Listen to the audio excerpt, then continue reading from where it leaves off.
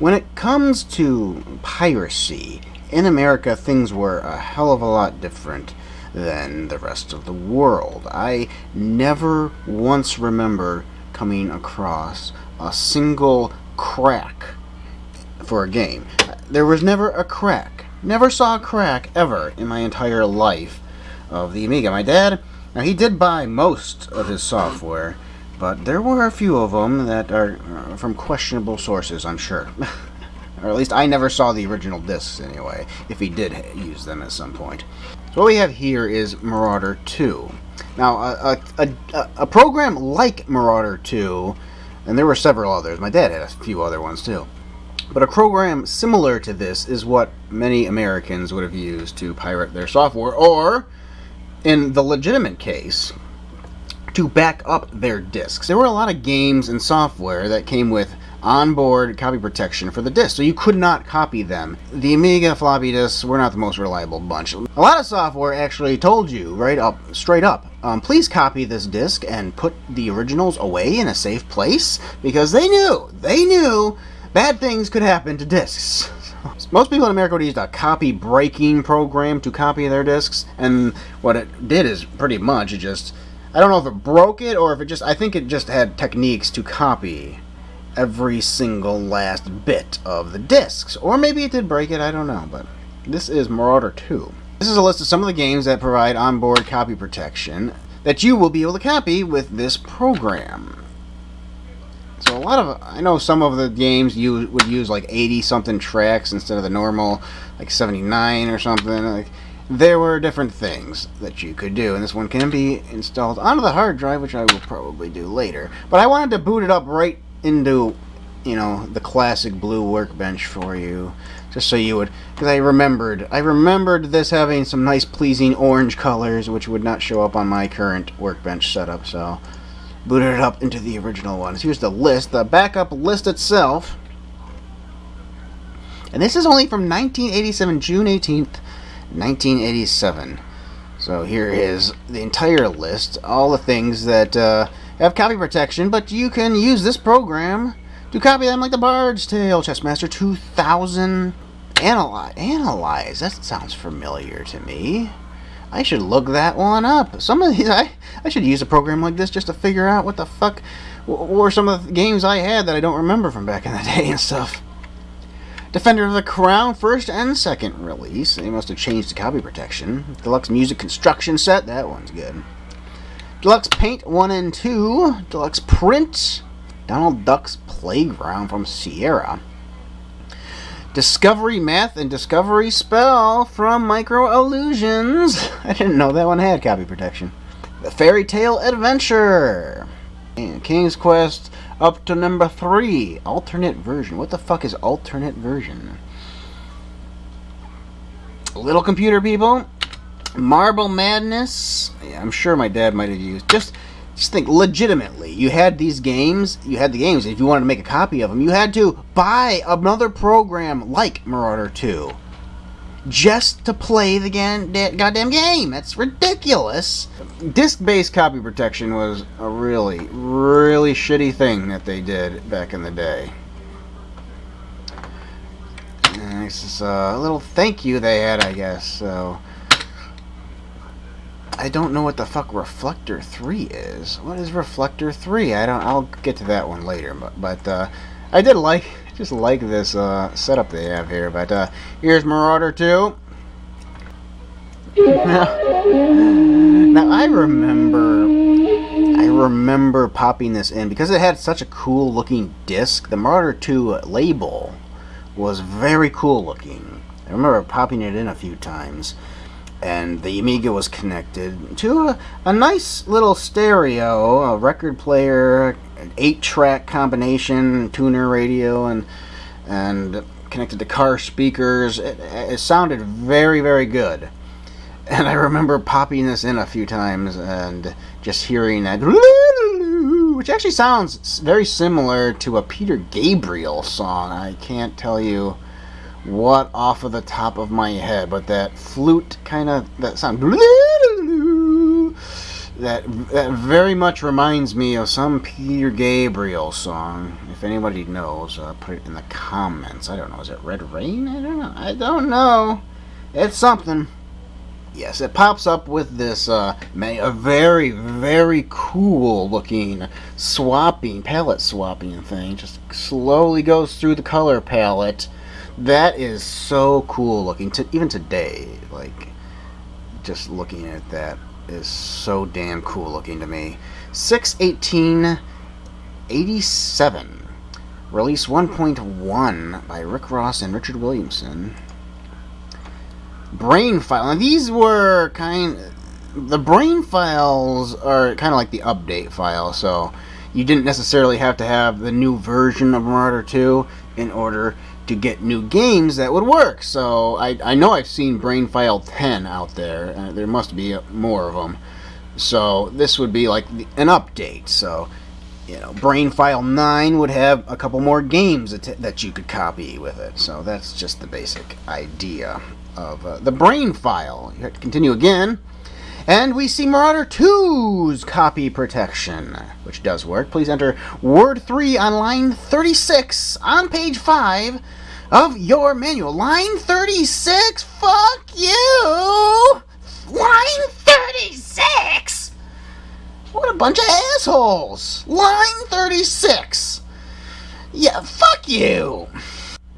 Alright, I take back what I said about line 36 being a terrible idea, because actually in the manual itself, every single line is marked. So there actually is. You look on the left indentation, it says, you know, all the lines, so it's 36. You can easily get to it. That's actually okay. So I take it back. Oops. It's also. There we go. So we have the original. Oh. Apparently I can play with the icon. That's kind of cool. Copy. I guess if I wanted to switch them, maybe, so I could go like that. I don't know. So here we have our Amiga 1000 and several disk drives we get to choose from. And yeah, you can just. I'm using this now. I don't actually. I still have some of my original software, but I don't know if I have anything that I didn't. Of the games that it listed, I don't remember anything that any of the originals that I have and work still. Like most of my original games, they don't work. I still use the original disc sometimes, but I've done complicated things in order to make it work again. But the reason I'm doing this is because I just wanted to copy a disc. And I just didn't want to use the damn Workbench to do it. I just wanted something better. I don't like the way Workbench copies discs. And it's just a simple ADF, so I could just find the ADF again and, you know, copy it that way. But I don't have the ADF on hand, but I have the disc on hand, so why don't I just copy it, you know, that way? And I tried copying all the files, you know, just from one disc to another, but it wouldn't boot in that way. So I just wanted to do it another way. So what we're gonna do, put the original in drive 0. I believe this is the original. I hope it's the original. I really do. And source drive DF0, target drive DF1. Let's start everything. Ready to start copy. Selected source drive is DF0 and target drive is DF1. Alright. Now we should just press continue and it should start the copy, hopefully. Drive DF0, reading 1, side 0. It goes pretty fast too. I'm impressed with how fast it goes. Going faster than Workbench does, I gotta tell you that. Of course, I usually got a lot of extra shit running on my Workbench, so that usually has a lot to do with it. But yes, this is how Americans did it, because, you know, my dad, I do remember some, I believe, what would have probably been pirated software. Because I also remember going to him to, very close to our house, little tiny print store. It was actually next to a gas station, I think. And you just go in there and he would take the manuals. So I don't know where he got this crap. I don't know if there was, like, could you rent games on the Amiga? I don't know. I don't remember. Or did he have a friend? Did he have a friend that had an Amiga? I know he had friends with the Commodore 64, but I don't know if he had friends who had an Amiga. I don't know. I don't remember any particular people coming over that had an Amiga, but maybe he did. He definitely did get software for the Amiga that he would copy, I believe, and he would go to this print store and he would just take huge manuals, like 100-page manuals, and just print them all. He would take, for RPGs, like some of the RPGs, I remember that they would have spinning special code wheels, and he would take them apart, he would print them, and he would, put them all back together. So the copy is finished. So now hopefully we can put this disc in drive 1. And we can reset the machine and it will boot now, because before it was not booting. Yes, it is booting. It is indeed booting. But it has a read-write error. You piece of shit. Alright, we're going to try this again. Making the source... Oh, that is cool! Did you see that? Oh, it's so cute. Oh, look at that. We can do multiple drives. You can have it copy in 2 drives at once. That's kind of interesting. Imagine just connecting a whole fucking stack of disk drives to the Amiga. One person has the legit copy, and then everybody else is just standing around with their own discs, just waiting for it to get copied. So I'm going to change the source to drive 1, because I have noticed, before I copied it to the drive 1, and sometimes I've noticed that that drive has issues copying things.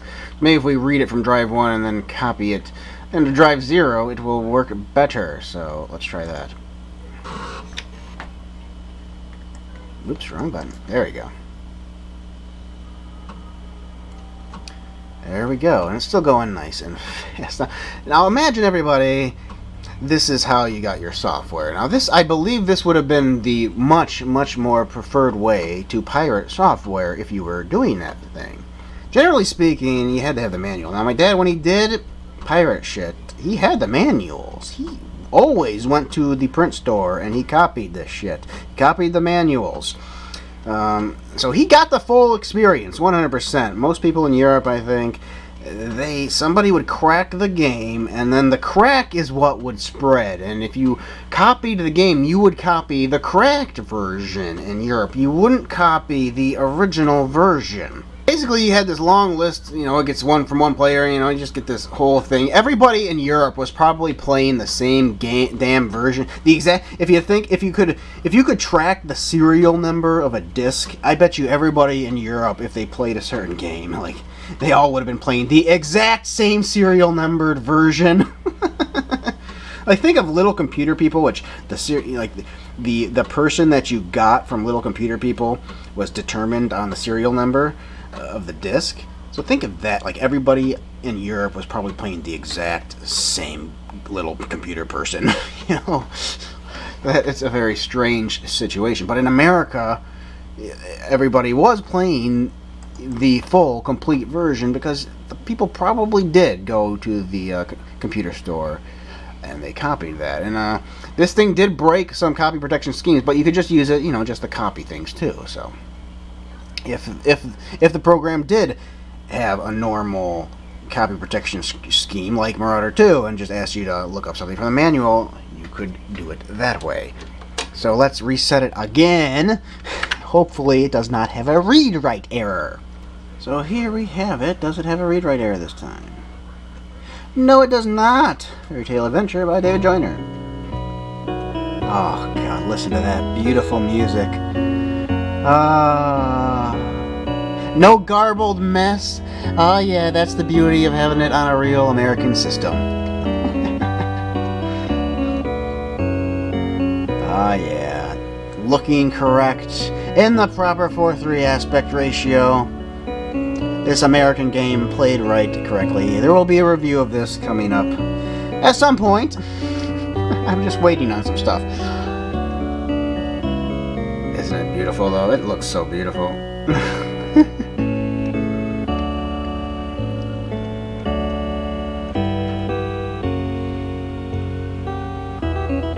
and this is the proper speed of this. If you listen to this, people play this online, and this music is running slow as hell.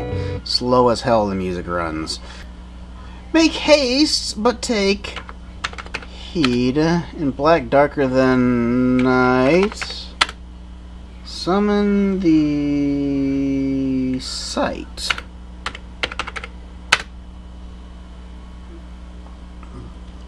So, yes, it worked. Wonderful. So you might ask yourself, why in the hell, what possible use did you have for this? You know, you obviously already had the game if you copied it. Why would you want this? Hopefully you guys can see this. This was the disc I happened to use to copy the Fairy Tale Adventure originally from ADF onto this disc. Now this disc is my own drawings of the California Challenge. It's sorted down there. I put this label on top of the California Challenge, the Test Drive 2 expansion. I just wanted to see.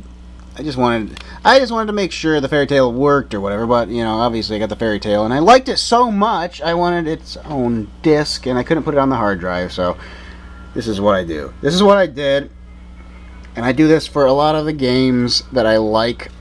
I actually went and I found, you know, the original label for the disc, and I printed it, and then I glued it onto the disc I use. So I have it somewhat authentic. So I really like that. I really like the way it looked. And I also did it for this, which is the save disc. You see, I just actually put save disc, which this was not originally. Originally, you would have to make your own save disc, so it wouldn't have come with the save disc, but just for the hell of it, I made them both. So this is stuff I do with my newer discs and stuff. I just, you know, I put the real original label, or if it didn't have that good looking of a label, I get a game shot of maybe the title screen or something, and I'll put that on there. For example, I just reviewed the new Amiga game, the 2016 game, Blocky Skies, and I took a screenshot of the title screen, and I just printed a label for it and put it on a disc. So that's the kind of stuff I really enjoy, having real labels on the discs. So that's all I want. I just wanted to copy it from the. I didn't want to put a label on this, which I've already graffitied back in the day. So I just wanted to copy it to another disc. So that's why. That's why I was using it. So, is there much of a use for Marauder II these days with ADF files and shit? No, there's not. But, nevertheless, it is definitely a memory. A gaming memory, even, because, you know, games were copied with it. What is Reflector 3? Let's find out. You may distribute this program for non-commercial responses. Blah, blah, blah, blah. I don't even know what the hell it is. Loading from RAM. Insert mirror disk in drive DF0. Mirror disk. Mirror disk? I looked at the manual, and it's not very clear. It says you can use Reflector 3 to install something, another program onto RAM, but it doesn't say what the fuck that program does or anything. I don't know. I don't want to fuck with it. I don't ever remember my dad using that program, so whatever. But it's got a cool little image there, doesn't it? No, I didn't want to press it. Whatever, you ass. No, break. I don't want you to do that. Or whatever. Anyway, it's a thing.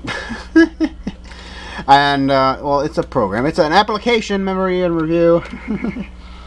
And it deserves coverage. Every goddamn program deserves coverage. And you can have fun fucking around with all this stuff. So that's Marauder II. Bang, bang, bang, everybody. Break that disc. You don't do shit like this. You don't put copy protection on the discs that makes it so people that legitimately bought your software can't duplicate your discs. And that created a need for a program like this, which that's your own fault. Stupid. But, yeah, it's Marauder II. A program like this would have been of tremendous benefit to everybody back in the day. Pirates and legitimate software owners. Today, very small uses today. But maybe. Nonetheless, that's Marauder II. Everybody, hope you enjoyed it. Goodbye.